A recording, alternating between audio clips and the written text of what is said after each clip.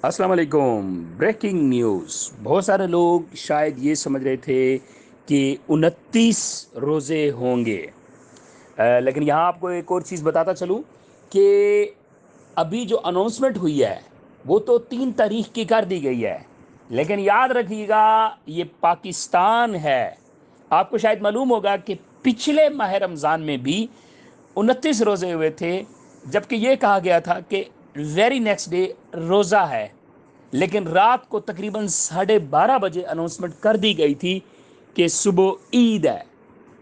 तो लिहाजा अपडेट ये है कि पाकिस्तान के अंदर अल्हम्दुलिल्लाह 30 रोज़े होंगे, और जो ईद उल फितर है वो 3 मई को होगी।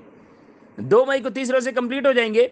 लेकिन आप लोगों ने, क्योंकि ये पाकिस्तान है, यहाँ पे एक दिन पहले भी ईद कर दी जाती है, और मेरे ख्याल में ये बहुत दफ़ा हो चुका है। तो आप लोगों ने करना क्या है, आप लोग 29वें रोज़े की रात को तैयार रहना है।